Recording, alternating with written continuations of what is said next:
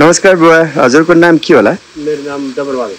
ए, यो कागेश्वरीको बारेमा हजुरलाई के थाहा छ बताइदिनुहुन्छ? यो कसै भने यो बाहिर यो बक्राएको कागले हो। हजुर। यो कागले यो गाई चराउनु ल्याउँदाखेरि यहाँ दुध किन खार्यो भन्दाखेरि यो देउरीले चुस्दै कागले चुस्दै दिएर हजुर मन्दिर चराए रुखमा। हजुर। पत्ता लगाएको दिदीबाजे पहिलेको दिदीबाजेले पत्ता लगाएर के छ भनेर यहाँ पत्ता आउँदाखेरि अनि त्यो यही घाँस चुस्दै पुरा रहेछ अरे। घाँस खोलाले हेर्दाखेरि यो त्यसले मन्दिर फेला पारे। हजुर।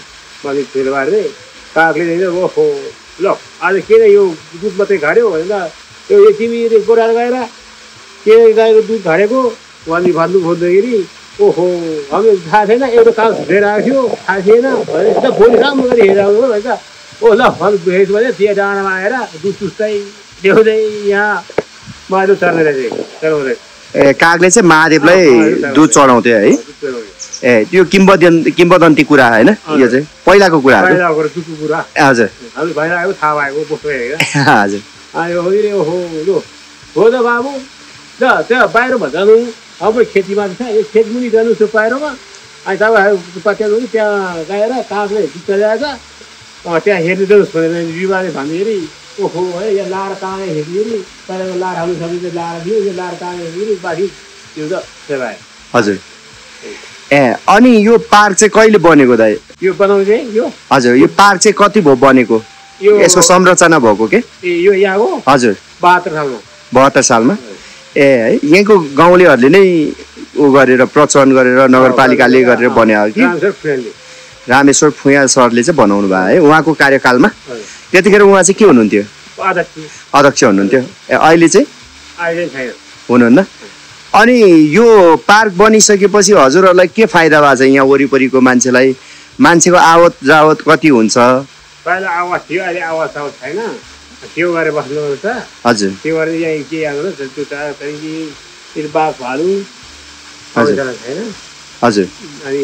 त्यो त्यसले खेपछि लिएर आएको कहाँ भएर आएको मलाई कति के हुन्छ यो ठाउँको बारेमा कति मान्छेलाई थाहा पनि छैन क्या जस्तै आज म पनि यहाँ दाइहरूले गर्दाखेरि नयाँ आएको होइन फर्स्ट टाइम आएँ म भनेपछि अब आउने मान्छेलाई चाहिँ यहाँ कसरी चाहिँ आउन सकिन्छ हजुरले भनिदिनु न यो कसरी हुन्छ भने अब महादेवको महादेवलाई अब काठलाई पुज गर्नु पुज गर्ने आइपुग्यो पुज गर्ने कहाँको छुयो भने त्यो पुज गर्ने आइपुग्नु होइन आउने बाटो चाहिँ कहाँ बाटो भनिदिनु न बाटो यही हो यो त हो तर जोरपाटीबाट कहाँबाट आउनुपर्छ भन्नुहोस् त जोरपाटीबाट आउनुहुन्छ उहाँ ठाकुर पनि आउनुहुन्छ